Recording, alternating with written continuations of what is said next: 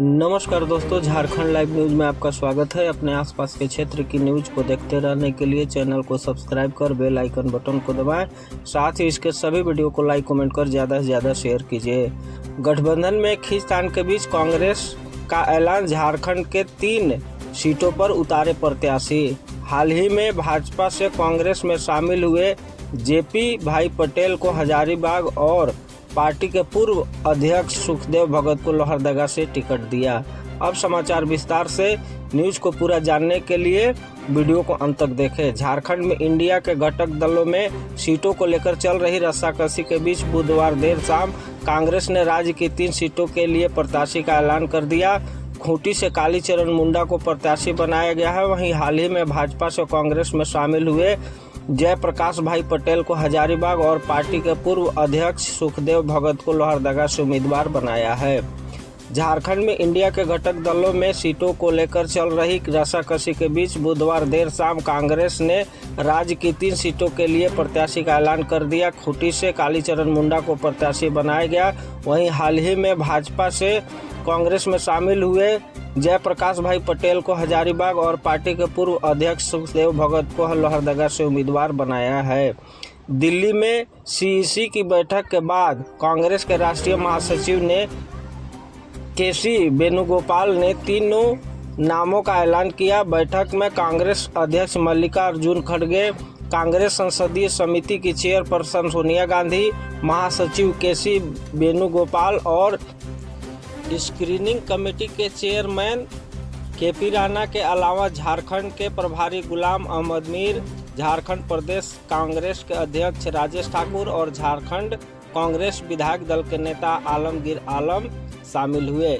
इसमें नामों पर मंथन हुआ। सीटों के ऐलान के बाद राजेश ठाकुर ने कहा कि शेष सीटों के उम्मीदवारों के नाम का ऐलान 1-2 दिनों में कर दिया जाएगा। वहीं आलमगीर आलम ने कहा कि कांग्रेस और झामुमो में पहले ही सीट शेयरिंग को लेकर फार्मूला फाइनल हो गया है। जल्द बचे नामों का ऐलान होगा। जयप्रकाश भाई पटेल पिछले दिनों ही कांग्रेस में शामिल हुए हैं। पटेल 2011 के विधानसभा उपचुनाव से ही मांडू से विधायक रहे हैं। सुखदेव भगत दूसरी बार कांग्रेस प्रत्याशी बने हैं। वे 2019 में लोकसभा चुनाव में भाजपा के सुदर्शन भगत से 10,363 वोटों से हार गए थे।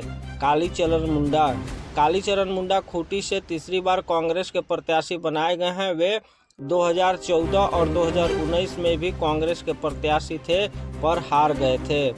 रांची लोकसभा सीट पर सस्पेंस बरकरार। लोकसभा की 3 सीटों पर कांग्रेस प्रत्याशियों का ऐलान तो हो गया, मगर रांची सीट पर सस्पेंस बना हुआ है। रांची में 2004 से ही सुबोध कांत सहाय प्रत्याशी बनाए जा रहे हैं। उन्होंने 2004 और 2009 चुनाव में जीत दर्ज की थी, मगर 2014 और 2019 में हार गए थे। इस बार इस सीट से सुबोध कांत के अलावा कई लोग टिकट की दौड़ में शामिल बताए जा रहे हैं, इसीलिए यहां अब तक सस्पेंस बना हुआ है।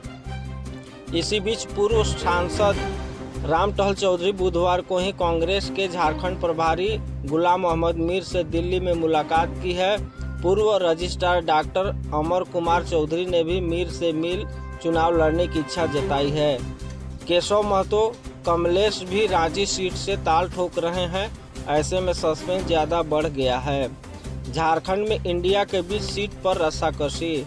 झारखंड में कांग्रेस ने भले ही 3 सीटों पर अपने प्रत्याशियों का ऐलान कर दिया है, मगर गठबंधन के दलों पर अभी भी सीटों को लेकर खींचतान जारी है।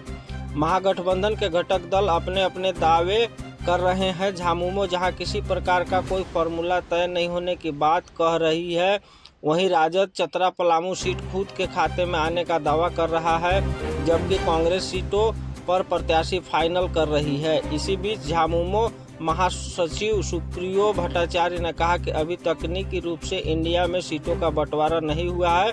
उधर राजद के प्रदेश अध्यक्ष संजय यादव ने कहा कि उनकी पार्टी की पलामू और चतरा सीट पर दावेदारी पुख्ता है। वहीं कांग्रेस के प्रदेश अध्यक्ष राजेश ठाकुर ने कहा कि पार्टी के अन्य प्रत्याशी का नाम जल्द घोषित होगा।